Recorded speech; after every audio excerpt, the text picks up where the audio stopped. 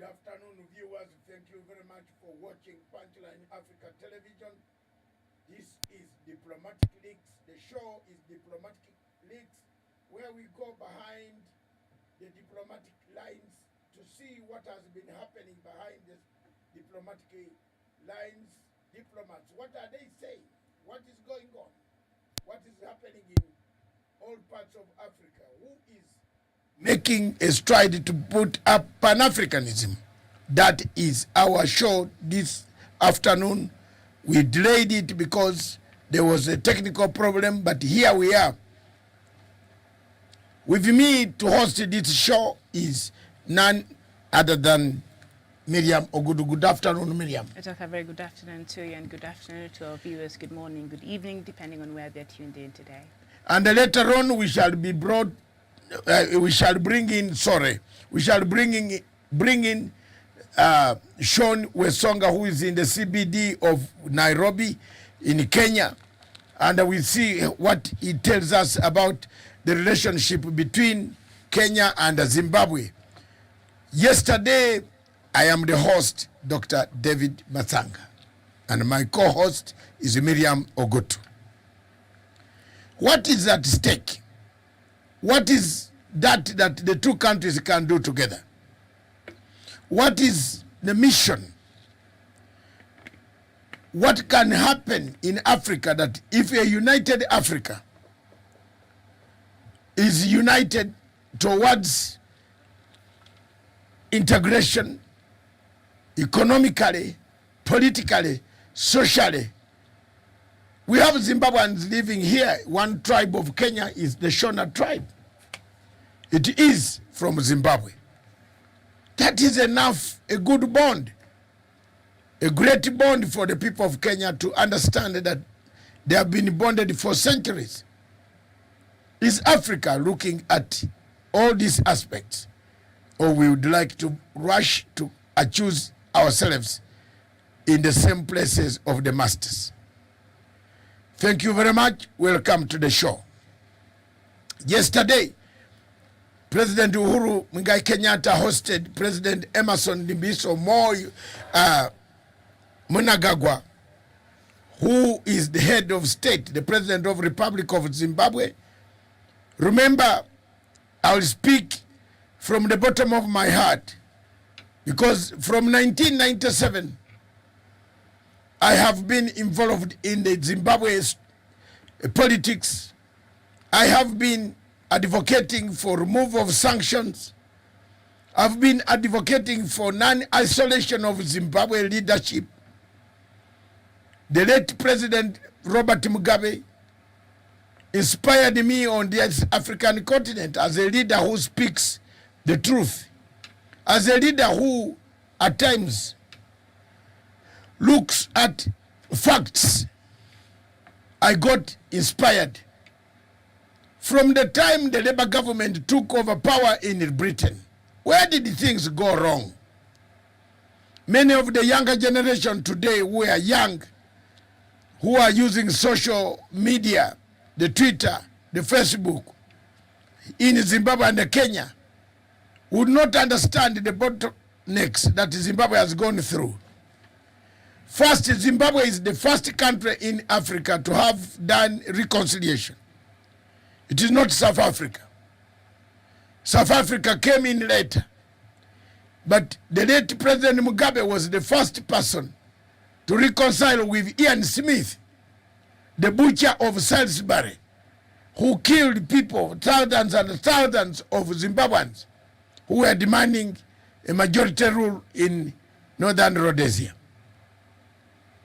It is sad, therefore, for people of the current generation not to look at the past, not to find out how Zimbabwe reached where it is. Most of the younger men don't know what the Lancaster Agreement talks about. What are the conditions of the Lancaster Agreement that kept Zimbabwe intact, not changing any comma, no full stop, no hyphen, no change of the constitution for 15 years. From 1980 to 1995, Zimbabwe was under the willing buyer, willing seller on land issues. The white settlers could sell their land and they could exchange it with the freedom and give it to any willing buyer. Then they could be compensated by the British. The British government under Margaret Thatcher decided that they would do so. As you know, changes came about in Britain. Margaret Thatcher lost power to John Major. And John Major continued with the same policy on Zimbabwe. Maintained Zimbabwe, contained Zimbabwe without isolation, without sanctions. And they worked out the Abuja Agreement that could have brought about the changes peacefully without any isolation. We lost one credible partner in Margaret Thatcher, one credible partner in John Major, and we brought in Tony Blair. Tony Blair, a Labour Party leader. I am a member of the Labour Party. When we swept to power, we won. I campaigned vigorously in my constituency of Croydon Central, door to door, in hard conditions, until Labour gained power after a long time under Margaret Thatcher and John Major. Labour got power in 1997. 1998, we are in power full. Went for delegates conference in Brighton. The question of Zimbabwe was high on agenda. It was the same year that the veterans, war veterans, said, we fought for land. We have not got anything. We are just squatters in our own country. They said, if this is not, land is not given out, there's a skewed policy on land. We shall turn, we need it. The President Mugabe could not control the situation. The war veterans therefore invaded the farms, did what happened. Yes, the acts of violence took place, which was the way the farms were also got. No, nobody was asked. Cecil Rhodes also took out people of the farms forcefully. So the situation went on. 1998, the Labour government under the Honorable Minister for African Affairs, Claire Short, she is Irish by background. My friend, the only one that we could actually pour beer at each other, Claire Short, made a statement, said she cannot compensate anybody who sells land in Zimbabwe because she's also Irish. And as Irish, she was also colonized by the British. And therefore the British had not compensated the Irish. The land issue became very unmanageable. That Britain now renegated on its agreement, it failed. We are doing this so that the takeaways are captured. It failed. Therefore, for anybody to agree on anything to compensate the white farmers, some of them who had lost their land, some of them who had gone away already, it boiled up to the 2002 elections. Sanctions were called by then the leaders of Zimbabwe. Leaders of Zimbabwe in opposition, namely Changarai, Tendai Beat, Welshman Kube, Hupe, and others, went around the world calling for sanctions. I remember Sahala, all these people in Zimbabwe, the people that I know, who were on aircrafts every day, going out in Europe. I tell you, viewers, I fought battles in Europe against the people who were bringing sanctions on the land of Zimbabwe. The European Union, together with Britain, decided to put target sanctions on Zimbabwe. And Europe followed this with more tougher sanctions, denying Zimbabwe to have access to medicine, education, running, sports, ministers flying into Europe. They crippled the government of President Mugabe, and they crippled the entire government from functioning. If you ask me whether sanctions can harm an ordinary person, whether target sanctions can easily harm, yes, I'll tell you it's true. If your minister is not going to abroad to sit in a conference to discuss how policies are made, how do you solve the malaria issue? Thanks God, at that time there was no COVID-19. Zimbabwe would have suffered greatly. The people of Zimbabwe became resilient on sanctions. They passed stages, their money was devalued. Inflation was so high, almost coming to 1,000,000% of inflation in the world. I've never seen this. But the resilient people of Zimbabwe have never given up. They have never given up hope that one day and one day alone, their country will revive, will come up, will stand, will come back as the food basket of Africa. Most of the things that you see in Marks and Spencer, in Tesco, in Sainsbury, in Asda, these flowers, the fruits, the avocados, the pineapples come from Zimbabwe. But our friends hate, they eat our food, but they hate the people. That's the problem we have. They don't like Zimbabwe, but they eat the food that comes from Zimbabwe. It is a very sad moment, therefore, for Africa. I've written a long statement and I've issued a statement today for the removal of sanctions. I'm adding the voice to what President Uhuru Kenyatta said yesterday. Mine has been a journey. Miriam and the listeners, those watching me, it has been a long journey for me from 1997, 98 up to today. I knew the current president of Zimbabwe, His Excellency Emerson Mnangagwa, way back in 2000. It's now our relationship is above, 1998. Our relationship is above 24 years. When he was the Speaker of Parliament, when he was a Minister of State for Security, Minister of Constitutional Affairs, we have been friends for a long time. We have guided, he has been he's Pan-African. He's a Pan-African person who loves Pan-Africanism. It was His Excellency Emerson Mnangagwa who introduced me to President Mugabe. At that time, there were quite a lot of ferocious men who never wanted that introduction. One of them is Professor Jonathan Moyo. And you saw what Moyo wrote yesterday, which worries. We would like to see some of these pictures when we talk come in play. People like Jonathan Moyo. I know he's somewhere here watching this show. He could be. But he was one of the most ferocious ministers who actually made Zimbabwe to go the way it went because of the policies that he never wanted to be given advice or be told what to do.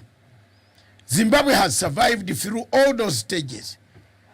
Changes came in Zimbabwe. We were there, most of the team. My team that went to Zimbabwe, we are here. Most of them are scattered everywhere here and there. I'm one of those. I took a team to Zimbabwe in the year 2017. Was it 2017? No, 18. Very early, before the elections, which elected President Emerson Mnangagwa. My team was in Zimbabwe for 1 month. I was in and out. But when you look at that gentleman who is on shore, he's the one who was making policies during the Mugabe days, who could allow journalists to go in or go out.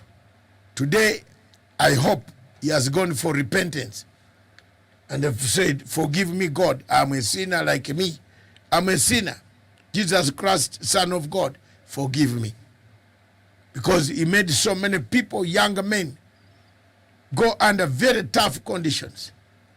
The problem now comes when we have Western powers focused on Zimbabwe, wanting Zimbabwe not to sell their diamonds, wanting Zimbabwe not to do any trade, wanting Zimbabwe not to have any dollars, anything that foreign exchange, but at the same time telling you are put sanctions on Zimbabwe, but you are telling people that Allah, don't even eat your food. You must starve. That's how the sanctions are working. You must starve. Because if you tell me you have put sanctions on me, allow me to look for food. But Americans go further to say, don't sell the diamonds.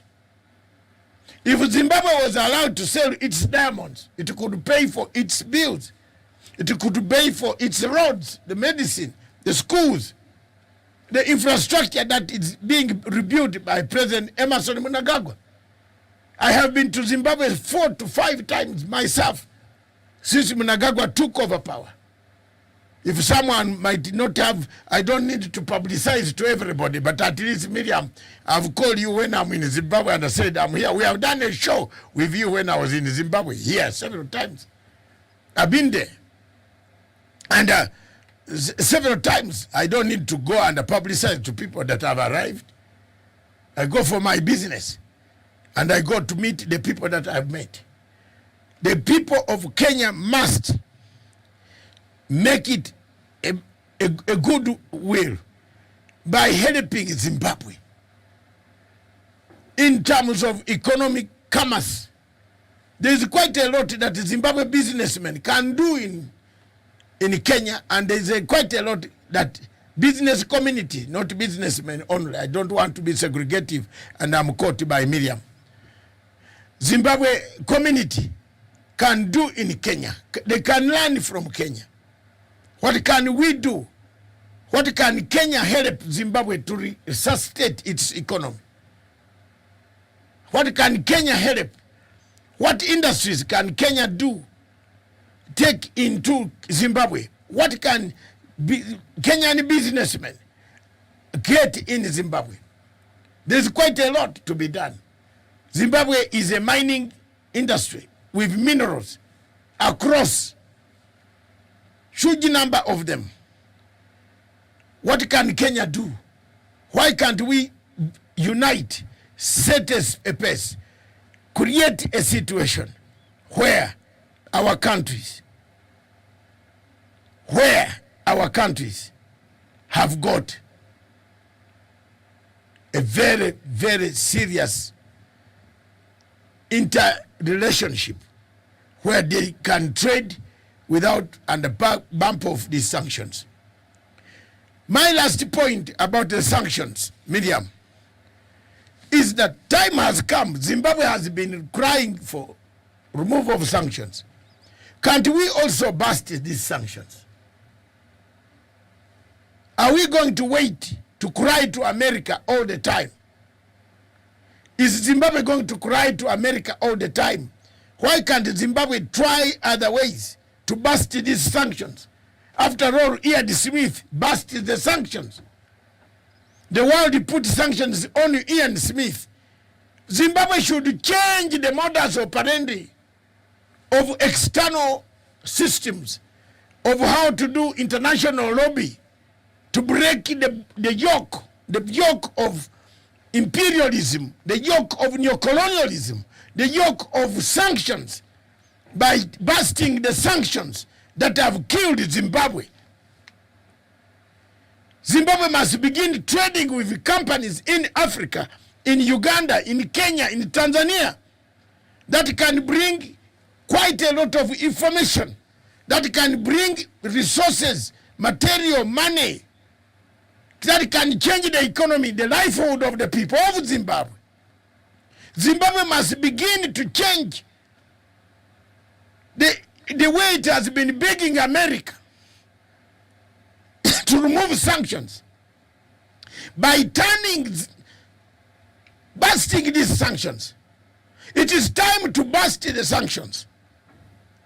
It is time to trade with African partners in COMESA, in African Union, in order to better make our positions in Zimbabwe, the people of Zimbabwe's position, better. The time of crying every day, remove sanctions, must change. The tide must change.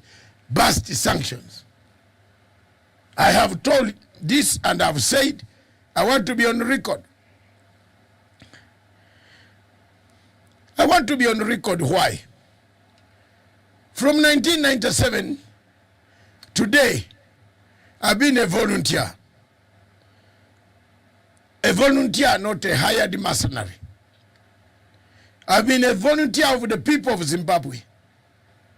Even the difficulties that I have gone through while fighting for this country are enormous. The difficulties that I have overcome are huge. To the extent that in Britain, where I live, some people did not want anybody to talk about Zimbabwe on television. But when you go to the television stations of Sky News, BBC, ITN, you will find my images. Google back Matsanga and Zimbabwe on Sky News. You will see me. The images are there. I have spoken. My stand is still the same. I've never changed. I've criticized Tony Blair's stand. I criticized the Labour government. I lost a seat. I would have been the MP for Croydon Central. The first African MP directly from the mountains of Mbali, of Uganda, Mount Elgon, to be a member of House of Commons. But because I sacrificed my stand, I spoke, I stood up, opposed Changarai, who was in the same conference. I told him, you are calling for sanctions to go and attack your people, but you will regret. Changarai has gone to the Maker without saying I'm sorry to his people. Today, as I finish, Nelson Chamisa has changed the party from Movement for Democratic Change to CCC, a yellow ribbon that creates havoc across the world. Today, Nelson Chamisa is making terrible mistakes of using human rights, the same old tired story of human rights abuses, of abduction, which is not correct. Some of the abductions are self-made.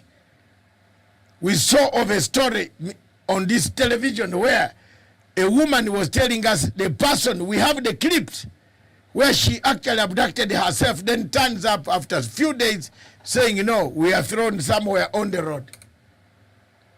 This story, the country like Britain should take careful steps, knowing that democracy in Africa does not come like a democracy in Britain. Britain is 1,800 years. Africa is only 66 years old. After the first colony got independence, our democracy cannot turn overnight. It has challenges. We don't know what elections are, Africans ourselves. We wake up to go and vote, but we vote the people who beat us. Do you need elections? Still a question lingers in Africa. Does Africa need elections? Zimbabwe must change the modus of asking the removal of sanctions. Bust the sanctions. My main theme of this is Zimbabwe must bust the sanctions by engaging other African heads of state on finding ways how they can trade and get the trade going on essential commodities that are in plenty in Kenya, that are in surplus in Kenya, while in Zimbabwe they are not in surplus. this can be, instead of going to Dubai, Zimbabwe businessmen can come here and airlift goods from Kenya, sugar, butter, whatever it is, salt. There are plenty in Kenya, and take them to Zimbabwe to trade, so that you enhance the livelihood of the people of Zimbabwe. We should not listen to charlatans of opposition like Chamisa, who has only one mission, who listens to one godfather, who wants to change a regime for the sake of changing. You cannot change a regime in Zimbabwe and you will not return the land to the white farmers. President Mnangagwa has paid fully. He's paying the farmers, those who wanted compensation. He has compensated the farmers. Now it is time to concentrate on rebuilding the nation through infrastructure. Zimbabwe is still a country that we have hope that one day it will rise from the shadows of imperialism to the skies of sanity. Thank you very much. I think that closes the chapter. We don't need any further comments on it. That is our take on diplomatic leaks on Zimbabwe. Thank you. Miriam, we take on another topic. Our opinion. I think the show is done. The show is done now. That's it. Yeah.